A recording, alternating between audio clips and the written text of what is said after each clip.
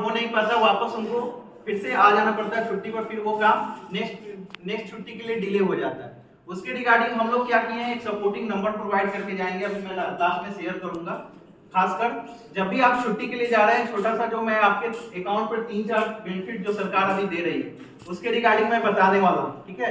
उसके रिगार्डिंग आपको कोई भी दिक्कत परेशानी होती है, जब भी आप ब्रांच जाते हैं तो बेझिझक कॉल कर सकते हैं। 10 बजे के बाद जब भी जा रहे हैं, 10 बजे के पहले आप इस काम के लिए जा रहे हैं मुझे इंटीमेट कर दीजिए। अगर मैं इलेक्शन में होता हूँ तो ही नहीं रिसीव कर पाता हूँ, अगर नहीं होता हूँ तो मैं दिल्ली में एक टीम होती है जो अरेंज कर देता हूँ आपके सपोर्ट के लिए। आप इजिली जाके एक बार रिक्वेस्ट करते हो, उनसे बात करा सकते हैं। खासकर ये प्रॉब्लम सभी लोग फेस कर रहे हैं आज के डेट में, 4% करते हैं ना सर। दूसरा एक मैं बात बताना चाहूंगा, एसबीआई योनो के रिगार्डिंग अभी बहुत सारे लोगों को दिक्कत आती है, कभी लॉगिन नहीं होता है सर, यूजर आईडी पासवर्ड का बहुत सारे लोग का भी बंद पड़ा होगा योनो, ठीक है। अब वो क्या होता है कि जैसे ही अनइंस्टॉल करते हैं अपने मोबाइल से, या होता है कि कभी कभी योनो नया मोबाइल उन्होंने लिया, वो उनमें से अनइंस्टॉल करके नेक्स्ट में इंस्टॉल करना चाहते हैं। फर्स्ट टाइम तो आप अगर इंस्टॉल करते हैं तो यूजर आईडी पासवर्ड जनरेट कर लेते हैं, हो जाता है ना सर फर्स्ट टाइम। लेकिन सेकंड टाइम जब योनो आप इंस्टॉल करते हैं या अनइंस्टॉल कर देते हैं, अपडेट कर देते हैं, तो खासकर ये इशू आता है कि आपका लॉगिन नहीं हो पाता है एसबीआई योनो। उसके रिगार्डिंग 2022 में से ये काम चल रहा था एसबीआई के रिगार्डिंग, जो योनो में अपडेट आने थे उसके रिगार्डिंग मार्च अप्रैल में आने वाला है अपडेट, जो खासकर ये दिक्कत परेशानी आ रही है उसको दूर करने की कोशिश की जा रही है, ठीक है। उसके रिगार्डिंग भी अगर कोई इशू होता है फिर भी योनो के रिगार्डिंग, क्योंकि इसके लिए आपको होम ब्रांच ही विजिट करना या नियरेस्ट कोई भी एसबीआई ब्रांच विजिट करना पड़ता है, फिर यूजर आईडी और पासवर्ड के लिए।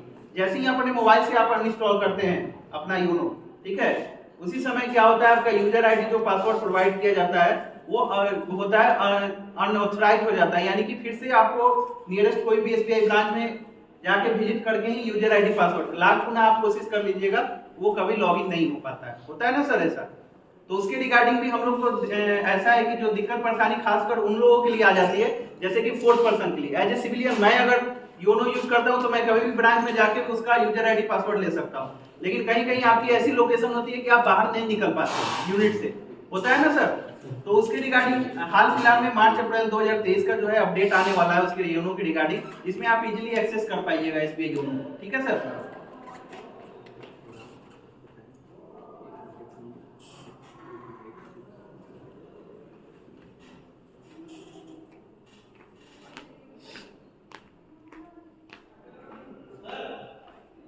अब मैं बात करूंगा जैसे कि आपका सभी लोग का 99% यहाँ पे एसबीआई में अकाउंट होगा, इसमें सैलरी आपकी आती होगी, है ना सर, जो कि बोलते हैं जिसे बोलते हैं पीएमएसपी, आप लोग बोलते थे पहले, बोलते थे ना। अभी कितने लोग जानते हैं कि पीएमएसपी का नाम चेंज हुआ है रिसेंट में? कहां से सर पता चला आपको कि आपका नाम चेंज हुआ है? कंपनी में मैसेज आया था सर, चेंज हो गया। हां, जो आपका नाम चेंज हुआ है पीएमएसपी पहले था, अब चेंज होके सीएपीएसपी हो गया, central arm police salary package जिसे बोलते हैं, ठीक है। पहले क्या होता था पीएम पैरामिलिट्री सैलरी पैकेज जो था उसके लिए आपको क्या हुआ था, कन्वर्ट कराने के लिए आपको ब्रांच विजिट करना पड़ा होगा, नियरेस्ट कोई भी आप ब्रांच गए हो वहां डॉक्यूमेंटेशन किए होंगे, तब जाके आपका पीएमएसपी कन्वर्ट हुआ होगा, ठीक है। सीएपीएसपी जो कन्वर्ट हुआ उसके लिए आपको कोई डॉक्यूमेंटेशन नहीं करना, ऑटोमेटिक सभी लोग का अपडेट हो रहा है, ठीक है। अपडेट दो जगह देखने के लिए मिलेगा आपको, एक जो आपका नया वाला पासबुक अपडेट करा के मांगाते हैं, तो जहां पर पीएमएसपी लिख के आता था वहां पे आपको सीएपीएसपी देखने के लिए मिलेगा, ठीक है। दूसरा आपको देखने के लिए मिलेगा जो इंटरनेट बैंकिंग यूज करते हैं, एसबीआई योनो नहीं, इंटरनेट बैंकिंग जो यूज करते हैं, वहां पर साइड में लिख के आएगा सीएपीएसपी गोल्ड आईएनआर, ठीक है। जहां पर पीएमएसपी पहले लिख के आता था सीएपीएसपी गोल्ड आईएनआर, वहां से आप दो जगह से देख सकते हैं, ठीक है। अगर किसी का नहीं अभी कितने लोग सोच रहे हो कि मेरा कन्वर्ट को इसके लिए परेशान नहीं होना, कभी भी ब्रांच जाने का विजिट करने का मौका मिलता है उस समय जाके आप सिंपली कुछ क्वेश्चन पूछ सकते हैं कि एक बार चेक करके बता दो सीएपीएसपी में, तो वो चेक करके बता देगा, ठीक है।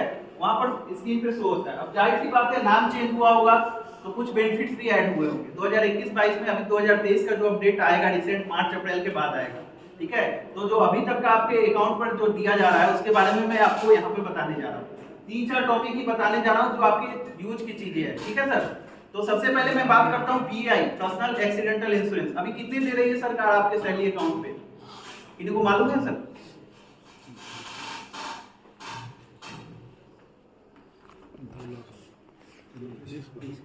पहले क्या था पीआई, पर्सनल एक्सीडेंटल इंश्योरेंस जिसे बोलते हैं, पहले रैंक वाइज हुआ करता था, ठीक है। जब तक आप सुरक्षा ड्यूटी दे रहे हैं, यानी जब तक आप देश की सुरक्षा दे रहे हैं, तब तक सरकार आपके सैलरी अकाउंट पे एक सुरक्षा राशि प्रदान करती है। ठीक है, ये एसबीआई के थ्रू दिया जाता है, जिस अकाउंट सैलरी अकाउंट होता है उसमें दिया जाता है, जिसे बोलते हैं पीआई, पर्सनल एक्सीडेंटल इंश्योरेंस, जो कि दिया जाता है 30 लाख रुपए। 30 लाख रुपए पहले था, अब इसको बढ़ा के 2022-23 का जो अपडेट आया था, ये बढ़ा के अब 50 लाख रुपए कर दिया गया।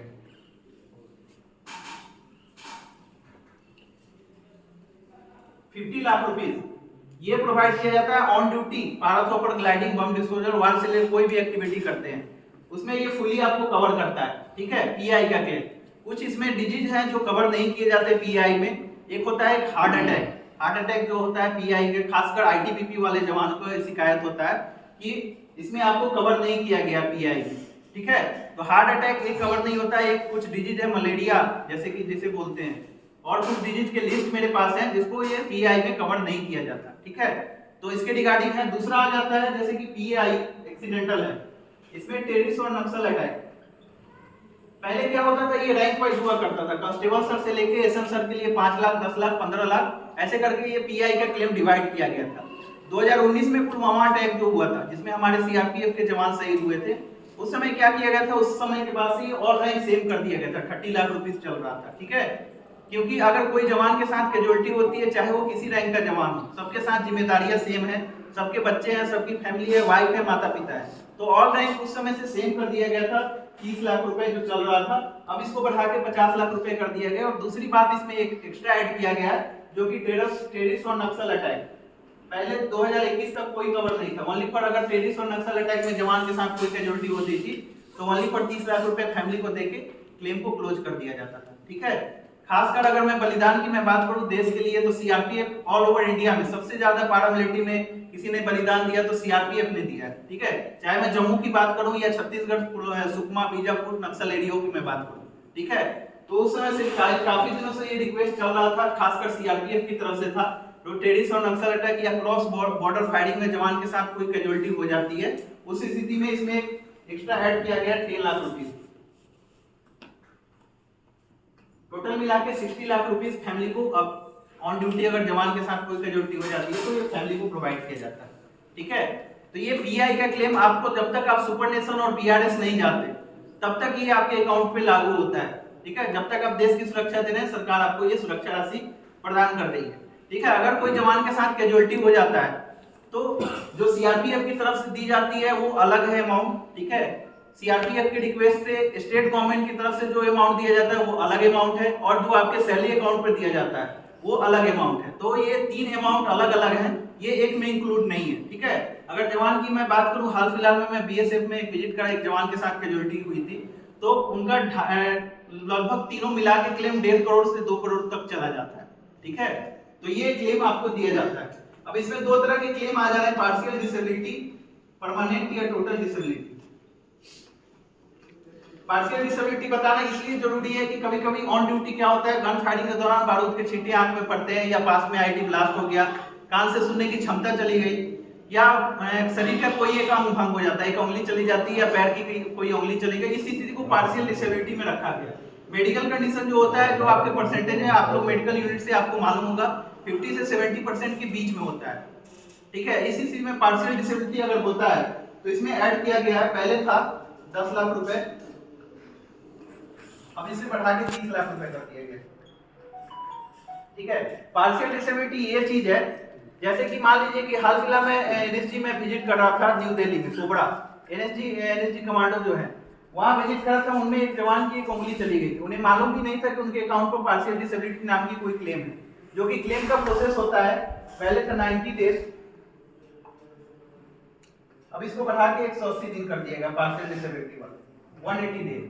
तो 180 डेज उनका 90 डेज एबव हो गया था, उन्होंने वो क्लेम नहीं ले पाए थे।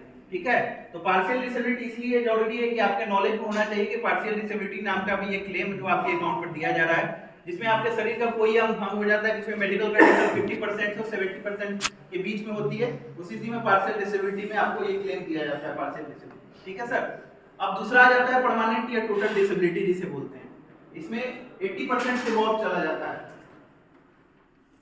यानी कभी कभी स्पेशल एक्टिविटीज में जवान के शरीर पूरी तरह से पैरालाइज हो जाता है या कोमा में चला, खासकर पहाड़ी एरिया में देखा गया है।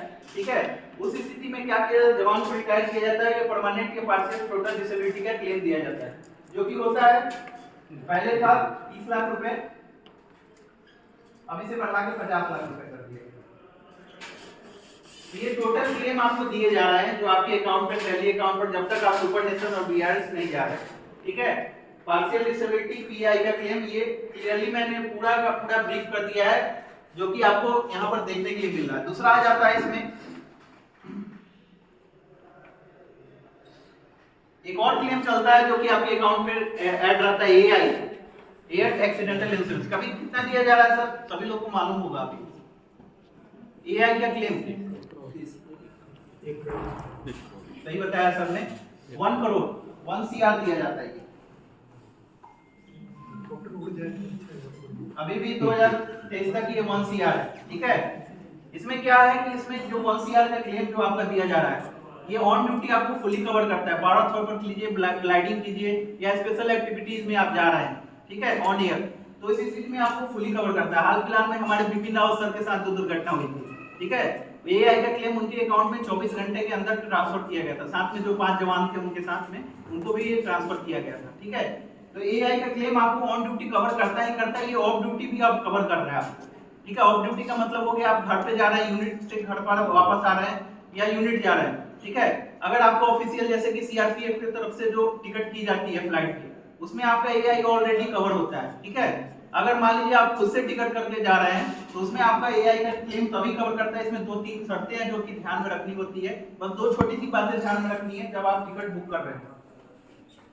अब मोड होता क्या है कि जब एयर टिकट बुक करना पड़ता है तो 2 ऑप्शन आपके पास होती है, या तो आप कभी-कभी क्या होता है टाइम के अभाव में अपने भाई बंधु को, कोई नियरेस्ट डियरेस्ट को बोल देते हैं कि यहाँ से यहाँ तक का जाना है, टिकट बुक कर दो, होता है ना सर ऐसा। वो क्या करते हैं, टिकट बुक कर देते हैं, आपकी फ्लाइट की आपको पीडीएफ भेज देते हैं, आप जो भी पेमेंट होता है गूगल पे, फोन पे उनको वापस कर देते हैं, होता है ना सर ऐसा। इसमें क्या है कि जब भी आप टिकट करें, आपसे सैलरी अकाउंट जो आपका पीएमएसपी अकाउंट है, सीएपीएसपी, पहले नंबर बात उससे पैसा कटना चाहिए।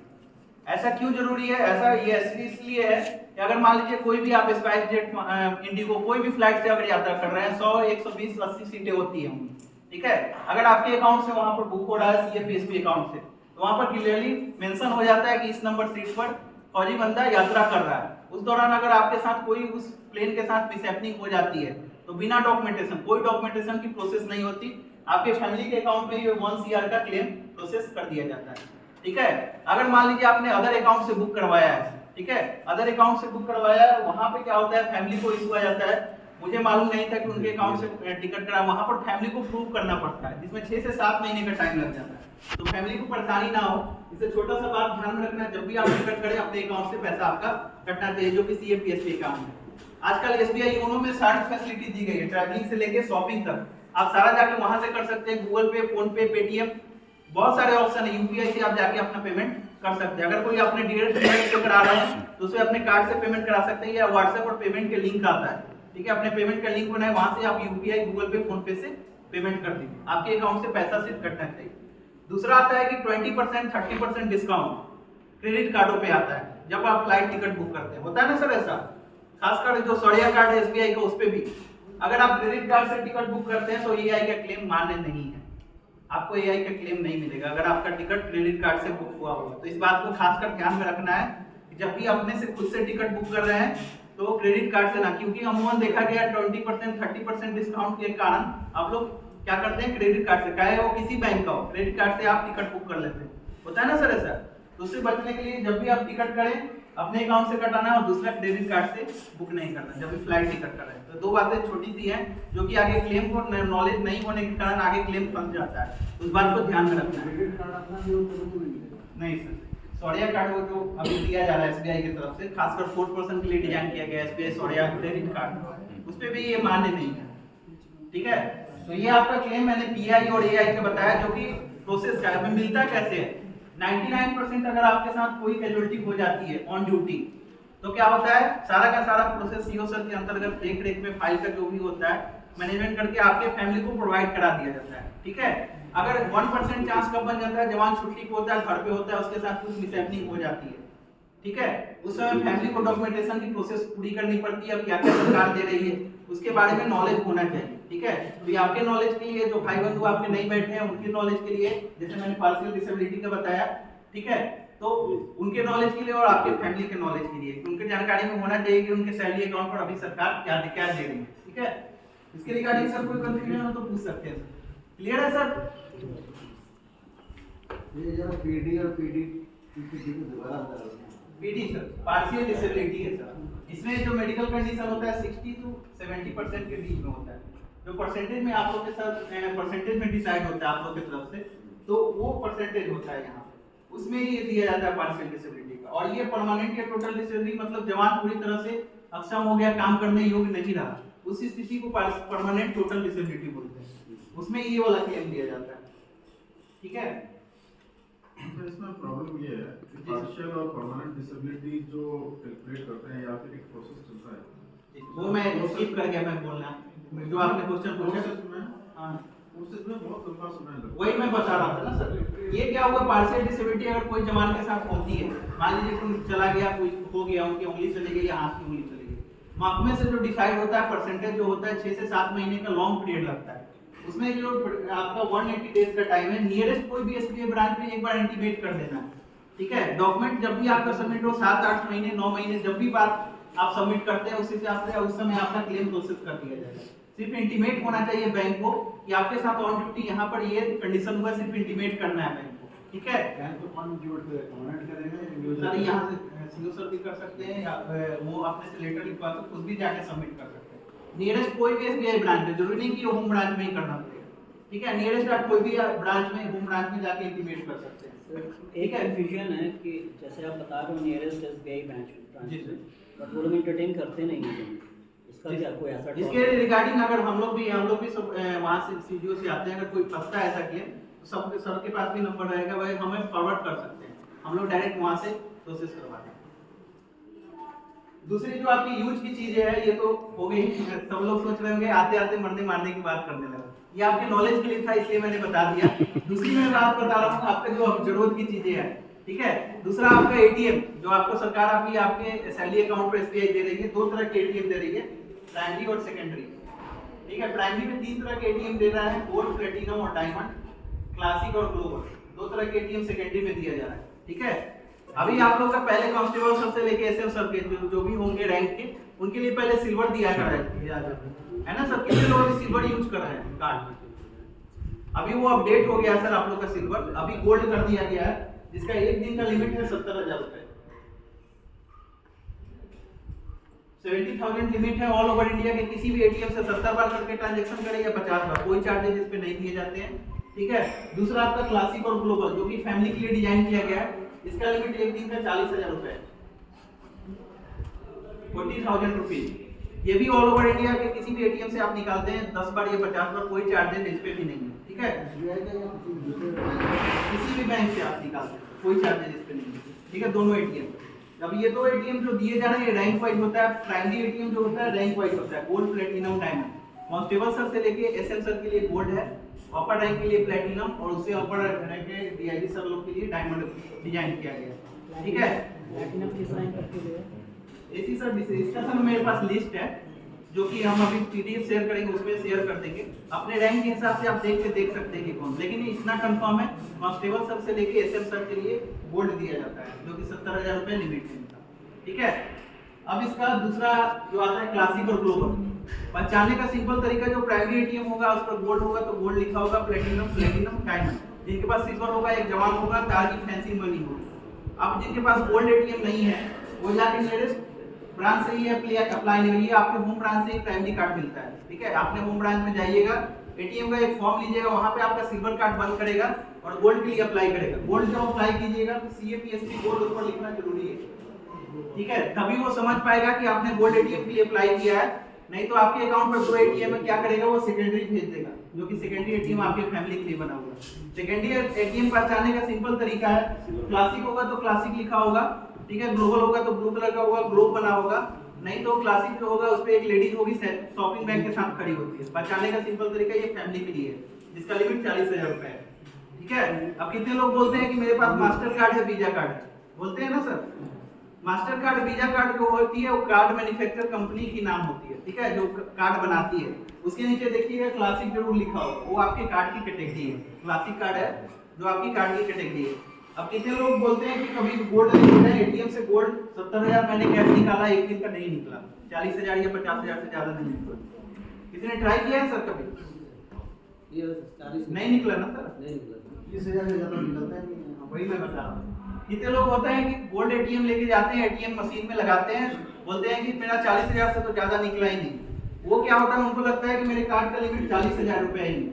इसमें क्या होता है कि वो एटीएम मशीन जो होता है उसका हम लोग लिमिट सेट करके रखते हैं। जो मशीन में आप डाल रखते हैं उस मशीन का एटीएम 20,000 40,000 ऐसे सेट होता है लिमिट। अगर कोई भी कार्ड अगर यूज करते हैं, जैसे कि रूरल एरिया में हम लोग 30 से 40,000 के बीच में लिमिट सेट करके रखते हैं एक कार्ड का। कोई भी कार्ड हो आपका, प्लैटिनम हो या डायमंड हो, सिर्फ 30 से 40,000 रुपए कैश निकाल पाएंगे, ठीक है। अगर आप किसी मल्टी सिटी में विड्रॉ करते हैं, मल्टी सिटी में बैंक के साथ लगा हुआ एटीएम के साथ जाते हैं, तो वहां पर आप इजीली अपने गोल्ड एटीएम से 70,000 रुपए कैश निकाल पाएंगे, ठीक है सर। तो ये डिफरेंस आता है, यहाँ ये कंफ्यूजन हो जाता है कि मेरे कार्ड का लिमिट कम है, तो यहाँ से क्लियर हो जाता है, ठीक है सर।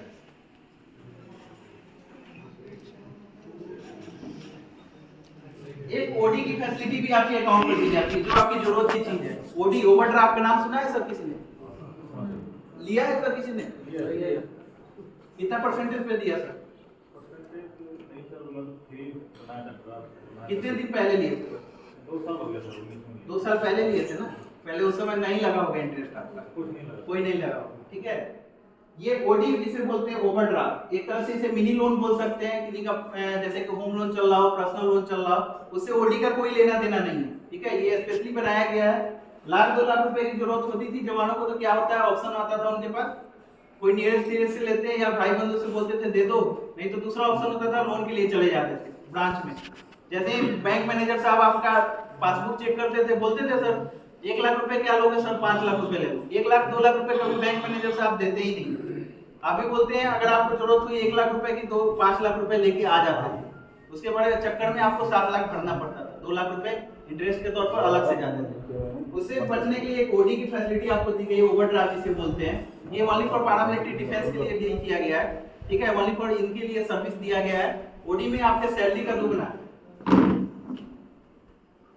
यानी कट छट के आपकी जो सैलरी, मान लीजिए कि साल की सैलरी 40,000 रुपए आ रही है, कट छट के उसका दुगना 80,000 रुपए ले सकते हैं। फर्स्ट टाइम अगर आप ओडी यूज करते हैं तो उसमें 80,000 से 90,000 रुपए आपके क्रेडिट जो स्कोर होता है उसके हिसाब से देके दिया जाता है, ठीक है। नेक्स्ट टाइम से जब आप ओडी अवेल करते हैं तो आपकी जो कट छट के सैलरी क्रेडिट होता है उसका दुगना आप ले सकते हैं, ठीक है, ओडी से। पर्सनल लोन, होम लोन चल रहा है, उससे कोई लेना देना नहीं है, तभी आपको ओडी की फैसिलिटी मिलेगी, ठीक है। साल में 2 बार ले सकते हैं, 2 टाइम्स। इंटरेस्ट रेट जो था, अब इसमें 2 ऑप्शन होते हैं, ईएमआई, 1 टाइम।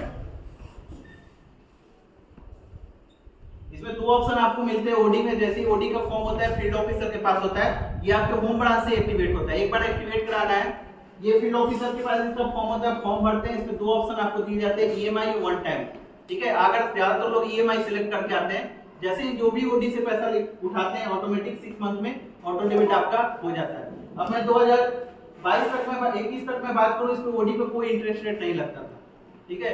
आप 6 महीने के लिए पैसा उठा सकते थे, लेके फिर 6 महीना में जमा कर सकते थे, ठीक है। अब इसमें क्या किया गया, 2022 में इसमें नॉमिनल सा इंटरेस्ट रेट लगा दिया गया जो कि 6% होता है।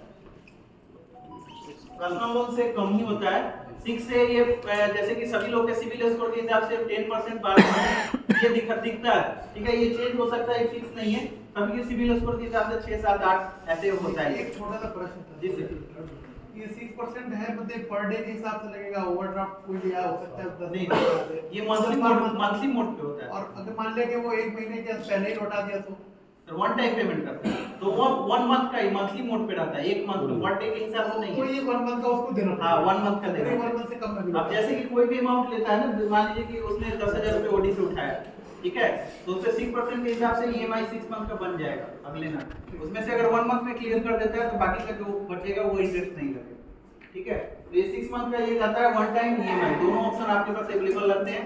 इसलिए आप जो आपके होम ब्रांच है वहीं से एक्टिवेट करा सकते हैं। अगर कोई दिक्कत परेशानी आई है एक्टिवेट कराने में या एटीएम की रिगार्डिंग, बहुत सारे लोग अभी गए थे छुट्टी सीआरपीएफ वाले, तो उन्होंने कॉल किया था जिनका एटीएम कोड कभी कभी समझ नहीं पाते वो लोग, ठीक है, तो उनसे बात कराइएगा रिक्वेस्ट करके, मैं उनको ऑप्शन कंप्यूटर पर बताऊंगा कि कौन सा ऑप्शन सिलेक्ट करना है तो आपका गोल्ड एटीएम आएगा। तो अप्लाई करवाया है, बहुत सारे लोगों सर लोग का करवाया है। नंबर मैं शेयर करके जाऊंगा, अगर किसी को दिक्कत परेशानी होगी ब्रांच में, जो मैं फैसिलिटी बता रहा हूँ उसके रिगार्डिंग आप कभी भी कॉल कर सकते हैं, ठीक है सर। तीसरा जो चौथा पॉइंट है आपका, एक लास्ट में कवर करूंगा, mode balance, multi option deposit जिसे बोलते हैं। सभी लोग का मोड में पैसा जा रहा है, कभी समझ में आया सर मोड बैलेंस से कुछ फायदा दिखता है?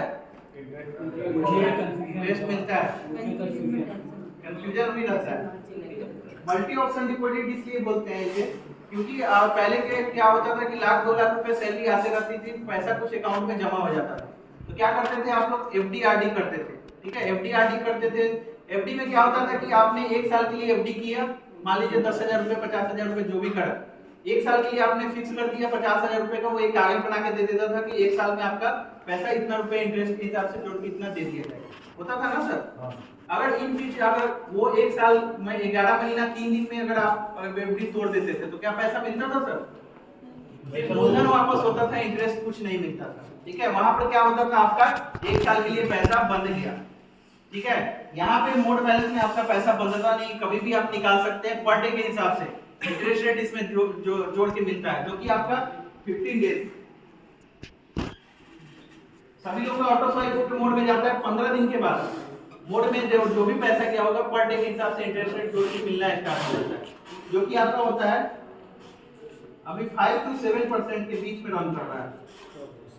देखने के लिए आप देख सकते हैं इसको, आपने एसबीआई योनो में भी इंटरेस्ट रेट आपका नीचे शो होगा, जो भी आपका ऑटो स्वाइप मोड में गया होगा, जितना पुराना मोड में गया होगा उसका इंटरेस्ट रेट कुछ और होगा, जो नया में जा रहा होगा उसका कम होगा, होता है ना सर।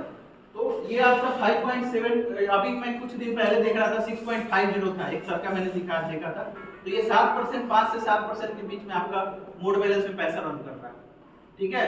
तो जो एफडीआरडी से लाख गुना बेहतर है पर डे के हिसाब से, यहाँ पैसा आपका बंधा नहीं हुआ है, जब भी आप चाहे निकाल सकते हैं, जब भी चाहे डाल सकते हैं।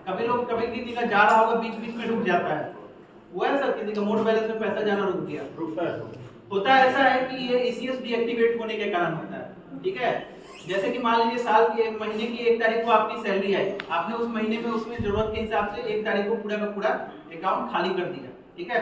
नेक्स्ट मंथ में भी सैलरी आई, उसी हिसाब से जरूरत के हिसाब से आपने 1 तारीख को पूरा का पूरा अकाउंट खाली कर दिया। उस समय क्या ऑटो स्वाइप के मोड में नहीं गया 2 मंथ तक लगातार, तो क्या होता है ईसीएस डीएक्टिवेट हो जाता है, ठीक है। तो आपका मोड बैलेंस में पैसा जाना बंद हो जाता है नेक्स्ट मंथ। इसके लिए क्या करना है, नियरेस्ट कोई भी एसबीआई ब्रांच में, जरूरी नहीं कि आपके होम ब्रांच से ही होगा, नियरेस्ट कोई भी एसबीआई ब्रांच में एक छोटा सा मल्टी ऑप्शन डिपॉजिट का फॉर्म आता है मोड बैलेंस का, सिर्फ उसको भर के सबमिट कर देना है, 2 से 4 घंटे बाद आपके मोबाइल पर मैसेज आ जाएगा, your mode balance facility activated, आपका नेक्स्ट मंथ से ऑटो स्वाइप होकर मोड में जाना स्टार्ट हो जाएगा, ठीक है।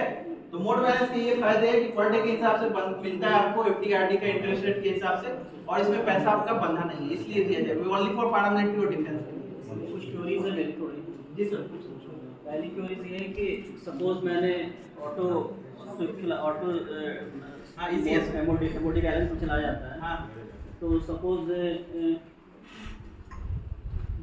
20 दिन बाद मैंने निकाला, हाँ, ठीक है, तो 5 दिन का सर, 5 दिन का जो है ना हाँ, इंटरेस्ट आपको जोड़ के मिल जाएगा। नहीं तो मेरा तो एमओडी 5 ही तारीख को महीने के जाता है, तो 6 तारीख वो नहीं डिपेंड नहीं करता कि 5 को जा रहा है या 6 को जा रहा है, डिपेंड करता है कि कितने दिन तक गया है पैसा आपको, मतलब यू मीन टू हाँ, से कि 15 दिन के बाद हाँ, आपको इंटरेस्ट रेट मिलने 15 दिन के बाद, तो पैसा आपका 15 दिन है उसके बाद आपको इंटरेस्ट रेट मिलना है। ज्यादातर जवान लोग है ना, जी सर।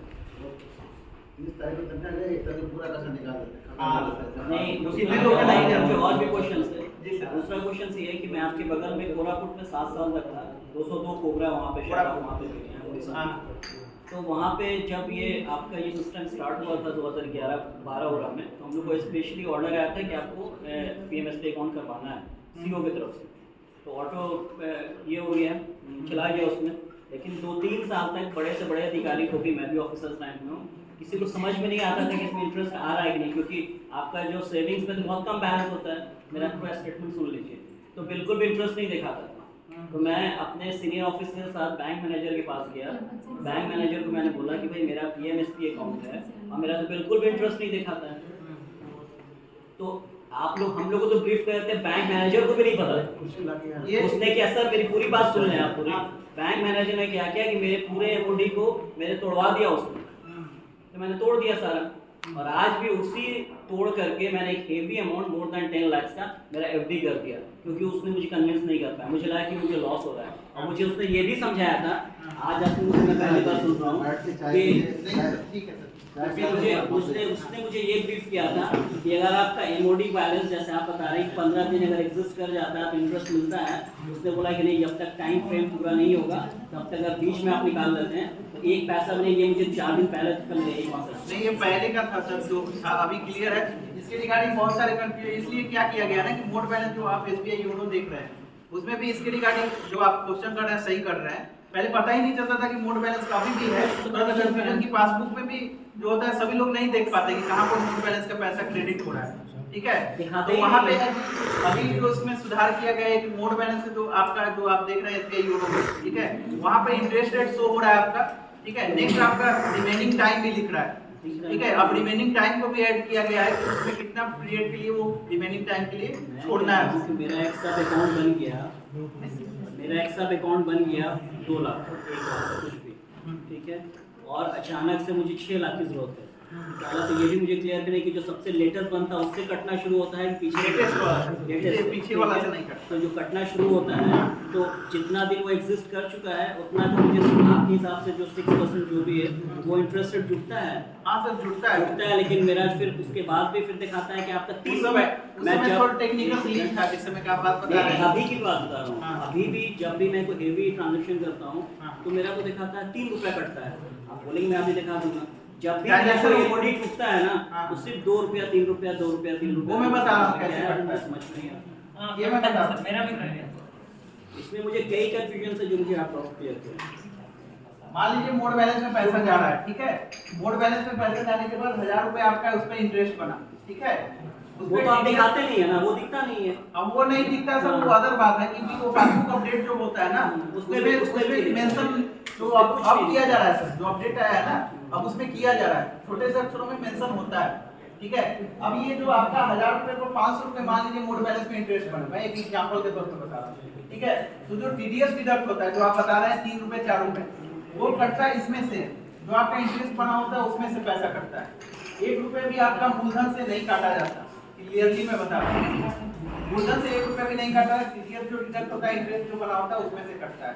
कुछ रुपए काट के, ये गवर्नमेंट रूल है, टीडीएस काट के कुछ रुपए इसमें से काट के 8 रुपए 10 रुपए आपके अमाउंट में सर्टेन क्लोज किया जाता है। जो मैंने फर्स्ट टाइम ब्रेक किया था होल अपना एमओडी बैलेंस को तोड़ दिया था, उस समय की मेरे पास हार्ड कॉपी में आपको दिखाऊंगा, हाँ। उसमें इस तरह से शो कर रहा था हार्ड कॉपी में हाँ। कि सपोज मेरा टूटा 20,000 रुपया, तो वहीं पे दिखा रहा है 20,000 क्रेडिट एंड उसी के नीचे दिखा रहा है 20,000 डेबिट, मतलब पता ही नहीं चल रहा है कि ना बैंक मैनेजर जो मैं थोड़ा टेक्निकल ग्लिच था। अब इसके रिगार्डिंग जो आप कंफ्यूजन कर रहे हैं ना, जो क्लियर कर रही है एसबीआई योनो में, इसलिए रिमेनिंग टाइम नीचे शो कर दिया गया है, कितने टाइम के लिए रिमेनिंग। अभी न्यू वाला अपडेट जो इसके पास एसबीआई योनो होगा वो देख सकते हैं, उसमें माय बैलेंस के जो अदर डिपॉजिट आता है उसके नीचे इंटरेस्ट रेट भी अब शो हो रहा है और रिमेनिंग टाइम भी शो हो रहा है, ठीक है। दोनों आप देख सकते हैं वहां पे बैठे बैठे। और दूसरा आगे जो बता रहे हैं सर, यहाँ पे जो टीडीएस डिडक्ट होता है 10 लाख से ज्यादा अमाउंट जिनका चला जाता है मोड बैलेंस में, उसके बाद टीडीएस, कितने लोग का पैसा निकालते होंगे नहीं टीडीएस डिडक्ट होता है सर किसी का, उन्हीं के लिए लोगों का होता है जिनका 10 लाख से ज्यादा अमाउंट चला जाता है मोड बैलेंस में, उनका टीडीएस उस पे डिडक्ट होता है। एक मेरे पास ज्यादा पैसा निकालना अपने लिए नहीं है, वो ज़्यादा सैलरी वालों के लिए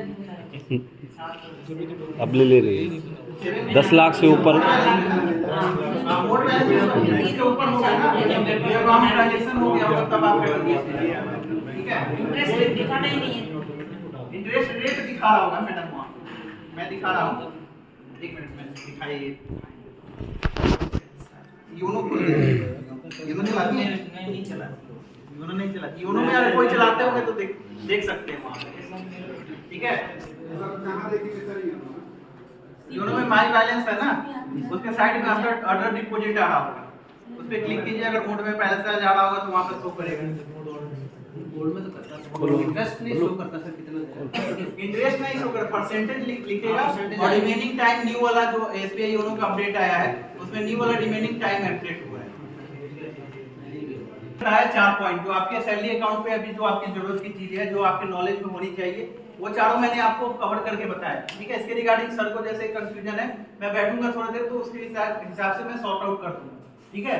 अब दूसरा एक मैं बता देता हूँ,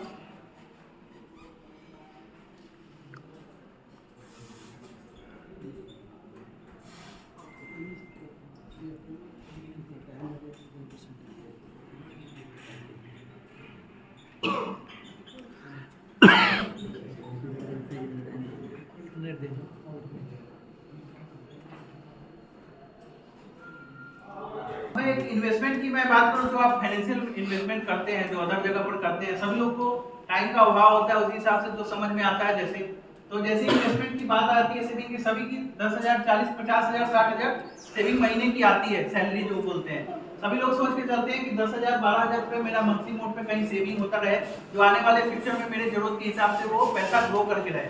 क्योंकि अगर वो अकाउंट में अगर आप वैसे ही छोड़ते हैं, कहीं फाइनेंशियल आप नहीं मैनेजमेंट करके चलते हैं, तो आने वाले दिनों में आपके पर्सनल लोन, होम लोन वही ऑप्शन होते हैं आपके पास, ठीक है।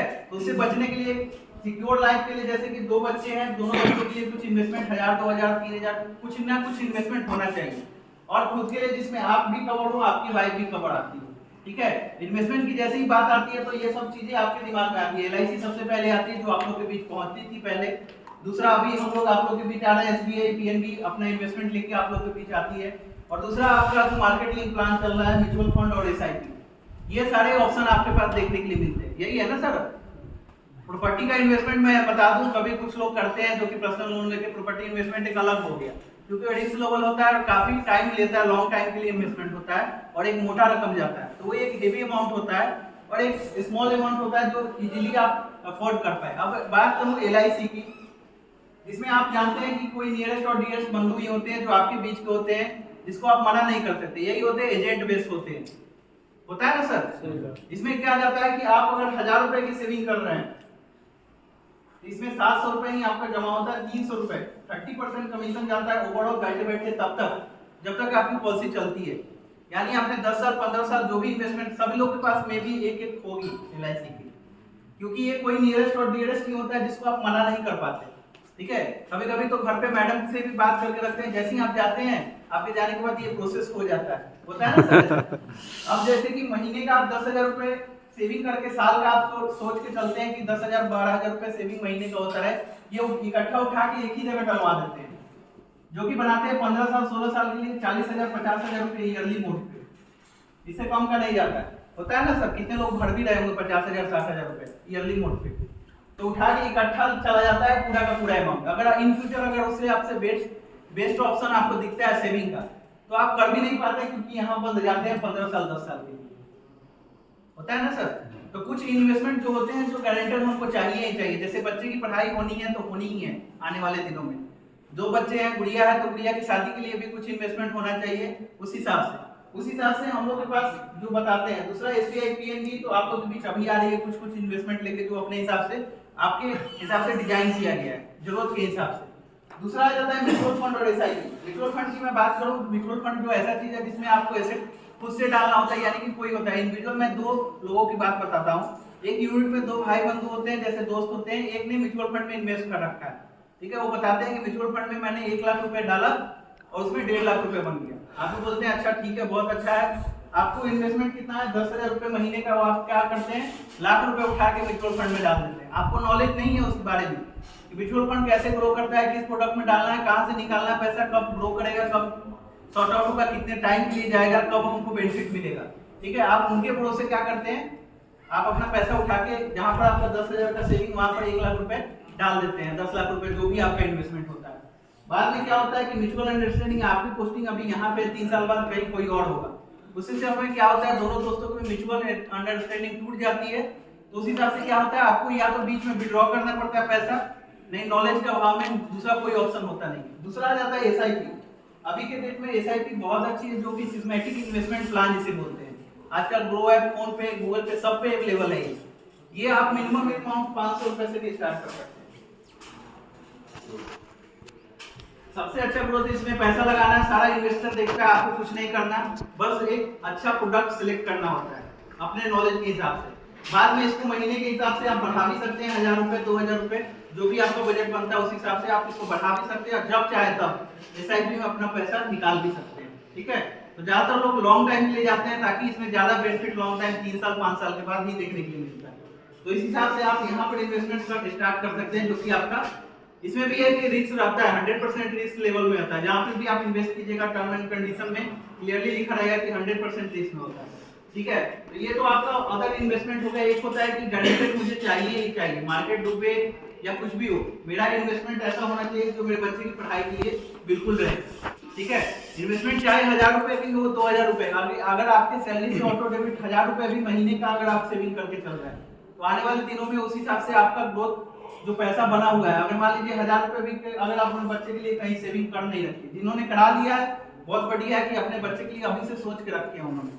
ठीक है, अगर वो पैसा अगर सैलरी आती है, कितने लोग का पर्सनल लोन चल रहा होगा, होम लोन चल रहा होगा, ये हमेशा का चलना ही चलना है। आने वाले दिनों में ये खर्चे और बढ़ेंगे ही बढ़ेंगे। ठीक है, तो उस हिसाब से मैनेजमेंट करके चलना पड़ता है कि ताकि आप कमा रहे हैं तो आने वाले दिनों में उस तरह से फाइनेंशियल स्ट्रांग रहे, क्योंकि बच्चे की पढ़ाई और बच्चे की शादी 100% होनी है, चाहे वो लड़का या लड़की दो भी कोई भी हो। तो उस हिसाब से हम लोग दो ही इन्वेस्टमेंट आपके जरूरत के हिसाब से लाए हैं, जो डिजाइन किया गया है। ज्यादा मैं समय नहीं लूंगा, उस हिसाब से मैं बता देता हूँ। नो डाउट बहुत अच्छा प्लान है सुकन्या समृद्धि योजना, हमारे नरेंद्र मोदी साहब द्वारा लॉन्च किया गया बहुत अच्छा प्रोग्राम था, जो कि इंसेंटिव किया था उन्होंने सिर्फ गुड़ियों के लिए, ओनली फॉर गर्ल के लिए, जो कि स्टार्ट हुआ था 9% के हिसाब से स्टार्ट हुआ था, अभी घट के 7.3% आ गया। मैं अभी चेक किया था थोड़ी देर पहले, 7.3%। जी सर, 6.6% 7.6%। ठीक है, 7.6% के हिसाब से आ गया ये मार्केट लिंक प्लान है। मार्केट अप होगा तो बढ़ेगा, ये मार्केट डाउन होगा, मार्केट लिंक प्लान है ये वाला सुकन्या समृद्धि योजना। अब इसमें क्या होता है कि एज ए फोर्थ पर एज ए सिविलियन मैं लेता हूं तो मेरे लिए तो बहुत बढ़िया, गुड़िया के लिए मैंने सेविंग ले लिया 500-1000 रुपए जो भी होता है। गुड़िया जब 18 की होती है इसमें 50% दिया जाता है, 3 ईयर होल्ड पीरियड है। गुड़िया जब 21 की होगी 100% दिया जाता है। यहाँ पे गुड़िया का अकाउंट खुलेगा, गुड़िया के ही अकाउंट में ये पैसा क्रेडिट किया जाएगा, ना कि एज फादर आप भर रहे हैं तो आपके अकाउंट में ये क्रेडिट होता है। सही हूं ना मैं सर? 18 और 21 दो बार करके ये पैसा दिया जाता है। 3 साल का होल्डिंग पीरियड है, 50% और 100% ऐसे करके ये पैसा मिलता है। अब मान लीजिए ये 18 साल जो लॉन्ग पीरियड होता है, भरने के दौरान अगर एज ए 4% कोई लेता है, ऑन ड्यूटी ऑफ ड्यूटी कुछ भी मिसहैपनिंग हो जाती है, तो अगर मान लीजिए 2 साल भरा तो 2 साल में पैसा क्या होता है यहाँ पे लॉक हो जाता है। ठीक है, अगर आपकी फैमिली सक्षम है, परिवार सक्षम है, प्रीमियम डालते रहेंगे तो ये चलेगा 18 साल तक। अगर कुछ हो जाता है मिसहैपनिंग, अगर नहीं भर पाती सक्षम, तो पैसा निकाल भी नहीं सकते। ठीक है, जब गुड़िया 18 की होगी जितना जमा हुआ होगा उस हिसाब से जोड़ के उसके अकाउंट में ही क्रेडिट किया जाएगा ये पैसा। तो ये छोटी छोटी चीजें हैं। एटीसी और 1010 के साथ ये टैक्स फ्री है बिल्कुल, जो कि आप प्रीमियम साल का भरिएगा उसमें भी आपका टैक्स रिबेट आएगा, और 1010 के साथ इसमें भी आएगा। लेकिन थोड़ा सा इसमें ये दिक्कत है कि अगर आपने चला लिया तो सही, अगर बीच में कुछ मिसहैपनिंग होगी तो ये पैसा वहीं के वहीं लॉक हो जाता है, यानी वो पैसा आप निकाल नहीं सकते गुड़िया की यूज के लिए। तो ये थोड़ा सा इसमें माइनस पॉइंट है जो कि देखना है। स्मार्ट सिम जो है एसबीआई का है, ज्यादातर पैरामिलिट्री और डिफेंस में सभी एक ने अपने बच्चे के लिए ले रखा। ये नॉन लिंक प्लान है, यानी कि मार्केट लिंक प्लान नहीं, गारंटेड, जो कि 4 जो बॉन्ड आता है उस पे 8% के हिसाब से 4 to 8% के हिसाब से गारंटी लिख के देता है। अगर मान लीजिए आपने 10 साल आपको भरना है, 10 साल के बीच में अगर आपने 5 साल भरा, 5 साल के बाद में अगर तोड़ देते हैं तो 4% के हिसाब से आपको ऑन बॉन्ड लिख के दे देता है 4% रिटर्न। अगर आपने 10 साल का 10 साल पूरा चला लिया जो भी भरना है, तो 8% के हिसाब से बेसिकली ये डिजाइन किया गया। अब ये basically pure education purpose plan है। ठीक है, बच्चा जब 18 का होता है हायर एजुकेशन के लिए जाता है, बीटेक एमबीए ग्रेजुएशन जो भी करता है, उसके लिए एक मिनिमम अमाउंट से यहाँ पर आप सेविंग करके सब पूरा का पूरा बच्चे को भी कवर कर सकते हैं, वाइफ और आप खुद को भी कवर कर सकते हैं। अब मान लीजिए ये 18 साल में मैच्योर होता है, 10 साल का किन्हीं का बच्चा है तो सिर्फ 8 साल भरना है, 18 में से माइनस हो जाएगा, 2 साल का बच्चा है तो सिर्फ 16 साल भरना है। ठीक है, इस हिसाब से इसको डिजाइन किया गया है। मैं 1 साल के बच्चे को उदाहरण पे मैं बता देता हूँ। 18 में से माइनस हो जाएगा 1, 17 साल, ओनली फॉर 17 ईयर भरना होगा। ये लड़का लड़की दोनों के लिए है।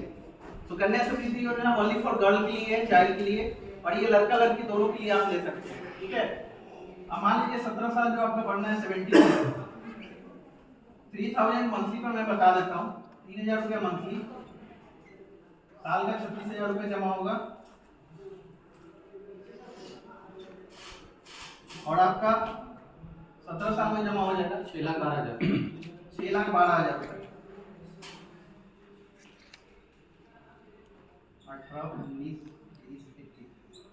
जैसे ही बच्चा 18 का होगा पैसा इसमें आना स्टार्ट हो जाता है। ये से आप ही के अकाउंट से ऑटो डेबिट होगा SBI से और उसी अकाउंट में ऑटो क्रेडिट होना स्टार्ट हो जाता है। जैसे ही बच्चा 18 का होता है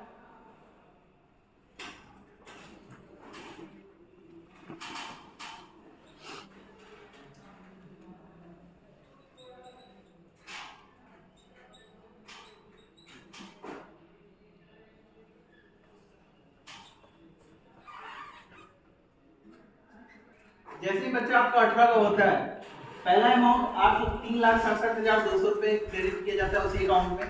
फिर 19 का होता है सेम अमाउंट 3,67,200। फिर 20 में 3,67,200। जैसे ही बच्चा 21 का होता है 4,16,160 रुपए।